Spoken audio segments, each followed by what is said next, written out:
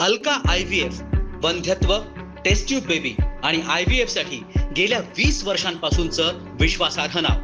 संपर्क Tidke hospital, Barshi road, Beed. Jeffrey Epstein अगदी 14 वर्षांपासून कमी वयाच्या तरुण मुली जगभरातल्या अब्जाधीशांना पुरवण्याचं तो काम करायचा. एक फिजिक्सचा प्राध्यापक पाहता पाहता अमेरिकेतला सर्वात मोठा ब्रोकर बनला आणि त्याच्या मित्रांच्या यादीत जी माणसं होती त्यात काही देशांचे प्रमुख होते तर काही जगातल्या सर्वात श्रीमंत लोकांच्या यादीतले होते. याला जेव्हा पकडलं गेलं तेव्हा त्याने सांगितलं, मी शिकारी नाही, मी फक्त एक नियमित गुन्हेगार आहे. ही स्टोरी आहे अमेरिकेतल्या जेफ्री एप्स्टीन याची, ज्याने केलेलं कांड जगासमोर आणण्यासाठी अमेरिकन सरकारला एक कायदा करावा लागला आणि या कायद्यातल्या तरतुदींनुसार एप्स्टीनचं कांड समोर आणलं गेलं, ज्याला नाव दिलं एप्स्टीन फाईल्स. या त्याच फाईल्स ज्याचा दाखला देऊन माजी मुख्यमंत्री पृथ्वीराज चव्हाण दावा करत होते की एप्स्टीन फाईल्स आल्यानंतर त्यात भारतातल्याही खासदारांचे फोटो व्हिडिओ समोर येणार आहेत आणि मोदींचं सरकार कोसळून मराठी माणूस पंतप्रधान होणार आहे. 19 डिसेंबर दिवस उजाडला. एप्स्टीन फाईल्स ओपनही झाले. मात्र पृथ्वीराज चव्हाणांचा बॉम्ब फुसका निघाला खरा. मात्र एप्स्टीन फाईल्समधून जे समोर आलंय ते चक्रावून टाकणार आहे. जगातला सर्वात मोठा सेक्स ट्रॅफिकर म्हणून ओळख झालेला जेफ्री एप्स्टीन नेमका कोण होता, त्याची A to Z स्टोरी मी तुम्हाला या व्हिडिओत सांगणार आहे. नमस्कार, मी विशाल, तुम्ही पाहताय story.com. व्हिडिओला सुरुवात करण्यापूर्वी एक आठवण, हे चॅनल तुम्ही सबस्क्राईब केलेलं नसेल तर सबस्क्राईब बटनवरती क्लिक जरूर करा. अत्यंत रहस्यमयरित्या न्यूयॉर्कमधल्या तुरुंगात 10 ऑगस्ट 2019 रोजी एप्स्टीनचा मृत्यू झाला.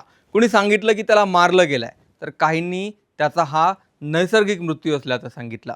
मात्र एप्स्टीनचं अचानक जाणं हे संशयास्पद यासाठी होतं की त्याच्याकडे जे फोटो आणि व्हिडिओ आहेत ते डोनाल्ड ट्रम्प यांच्यापासून ते बिल क्लिंटन यांच्यापर्यंत जगभरातल्या अब्जाधीशांच्या. एप्स्टीनचा मृत्यू झाल्यानंतर त्याने केलेलं कांड हे जगासमोर आलंच पाहिजे, यासाठी अमेरिकेतून मागणी झाली आणि डोनाल्ड ट्रम्प यांच्यावर दबाव तयार झाला. 25 नोव्हेंबर 2025 म्हणजे गेल्याच महिन्यात डोनाल्ड ट्रम्प यांनी अमेरिकन काँग्रेसने पारित केलेल्या एप्स्टीन फाईल्स ट्रान्सपरन्सी ॲक्टवर सही केली आणि पोलिसांच्या तपासातून जे समोर आलंय ते जगाला दाखवण्याची डेडलाईन ही 19 डिसेंबर 2025 निश्चित केली. ही तीच डेडलाईन होती ज्याविषयी पृथ्वीराज चव्हाणही सांगत होते की यात भारतातल्याही काही राजकारण्यांचे फोटो आहेत आणि भारतातला पंतप्रधान बदलला जाणार आहे. मात्र 19 डिसेंबरला पहिली फाईल रिलीज झाल्यानंतर यात भारतातल्या कुणाचाही समावेश नव्हता आणि डोनाल्ड ट्रम्प यांच्यासह बिल क्लिंटन आणि बऱ्याच अब्जाधीशांचे तरुण मुलींसोबतचे फोटो होते. पोलीस तपासात जवळपास 1 लाखापेक्षा जास्त फोटो सापडलेत आणि आतापर्यंत फक्त 68 फोटो समोर आले. त्या जेफ्री एप्स्टीनचे कारनामे जगाला दाखवण्यासाठी अमेरिकन काँग्रेसला कायदा तयार करावा लागला. त्या एप्स्टीनची स्टोरी 70च्या दशकात सुरू होते. जेफ्री न्यूयॉर्कमध्येच लहानाचा मोठा झाला आणि शिक्षण पूर्ण झाल्यानंतर न्यूयॉर्कमधल्या डेल्टन स्कूलमध्ये गणित आणि फिजिक्स शिकवू लागला.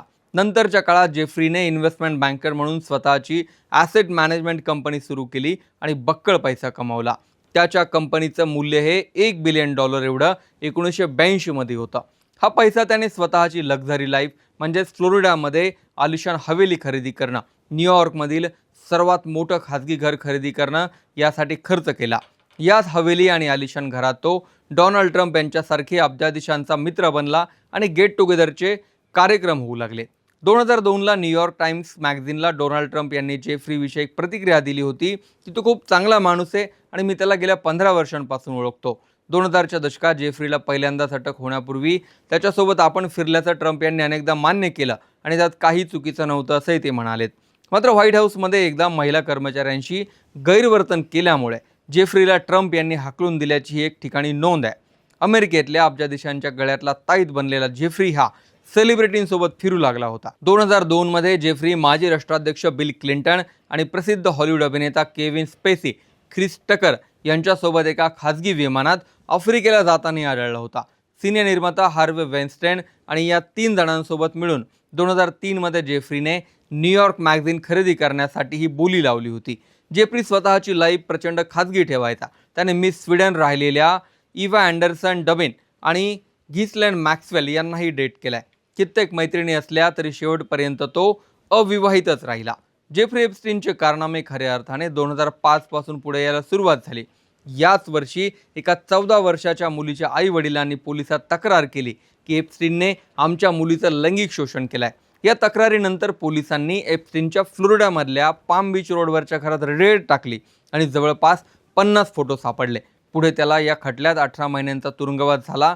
पण या काळात त्याला ऑफिसचं काम करण्याची दिवसातून 12 तासांची मुभा मिळाली आणि पुढे तो 13 महिन्यातच तुरुंगातून बाहेरही आला. 2010 मध्ये एप्स्टीन एलिझाबेथ II चा तिसरा मुलगा प्रिन्स अँड्र्यू सोबत एका पार्कमध्ये फिरताना दिसला आणि यामुळे मोठा वादही झाला. प्रिन्स अँड्र्यूने एप्स्टीन सोबतचे जुने संबंध असल्याचं सांगितलं खरं, मात्र यानंतर व्हर्जिनिया रॉबर्ट नावाची एक तरुणी समोर आली आणि तिने खुलासा केला की एप्स्टीनने मला अँड्र्यू सोबत शरीर संबंध ठेवण्यासाठी वयाच्या 17व्या वर्षी भाग पाडलं होता. प्रिन्स अँड्र्यूने सगळे आरोप नाकारले खरे, मात्र केस सेटल करण्यासाठी संबंधित तरुणीला $1 मिलियन दिले. पुढच्या 5 ते 8 वर्षात एप्स्टीनने जगभरातले राजकारणी, उद्योगपती यांना 14 वर्षे वयापासूनच्या मुली त्यांच्या गरजेनुसार पुरवल्या आणि तो प्रचंड शक्तिशाली बनला. मात्र पॅरिसमधून परत आल्यानंतर 6 जुलै 2019ला त्याला अल्पवयीन मुलींचं लैंगिक शोषण केल्याप्रकरणी अटक करण्यात आली. मात्र ट्रायल सुरू होण्यापूर्वीच त्याचा न्यूयॉर्कच्या तुरुंगात रहस्यमयरित्या मृत्यू झाला. एप्स्टीनने अजून कोणाची नावं घेऊ नयेत, यामुळे त्याला तुरुंगातच संपवल्याचं बोललं जातं. एप्स्टीनने किती मुलींचं शोषण केलंय आणि कोण कोण त्याच्या जाळ्यात अडकलं हे जगासमोर यावं, यासाठी अमेरिकन काँग्रेसने 25 नोव्हेंबरला याच वर्षी कायदा तयार केला आणि तपासातून जे समोर आलंय त्याची काही पानं खुली केली. सध्या या खटल्यात एप्स्टीनचा मृत्यू झाल्यामुळे त्याची गर्लफ्रेंड मॅक्सवेल हे एकटीच आरोपी आहे आणि 60 वर्षीय मॅक्सवेल ही महिला पुढचं तिचं पूर्ण आयुष्य तुरुंगात काढणार आहे. याच एप्स्टीन फाईल्सने भारतातही खळबळ उडणार असल्याचा दावा पृथ्वीराज चव्हाण यांनी केला होता. मात्र याचे धक्के अजून तरी भारतात पोहोचलेले नसले तरी अमेरिकेत मात्र वादळ सुरू झालंय. कारण राष्ट्राध्यक्ष Donald Trump, bill Clinton, Michael Jackson अशा कित्येकांचे मुलींसोबतचे फोटो समोर आलेत. जेफ्री एप्स्टीनचं फ्लोरिडामध्ये एक रेप आयलँड होतं जिथे मुलींना जबरदस्तीने शरीर संबंध ठेवायला भाग पडलं जायचा. तिथलेही काही फोटो यातून समोर आलेत. असं असलं तरी अमेरिकन काँग्रेसने जो ट्रान्सपरन्सी ॲक्ट पारित केला होता त्यानुसार अजूनही सगळे कागदपत्र जगासमोर ठेवलेले आलेले नाहीत आणि पुढच्या काही आठवड्यात या सगळ्या फाईल्स ओपन होणं अपेक्षित आहे. तुम्हाला काय वाटतं? भारतात याची झळ पोचेल का? तुमचं मत कमेंटमध्ये जरूर लिहा. व्हिडिओ पुढे शेअर करायला विसरू नका.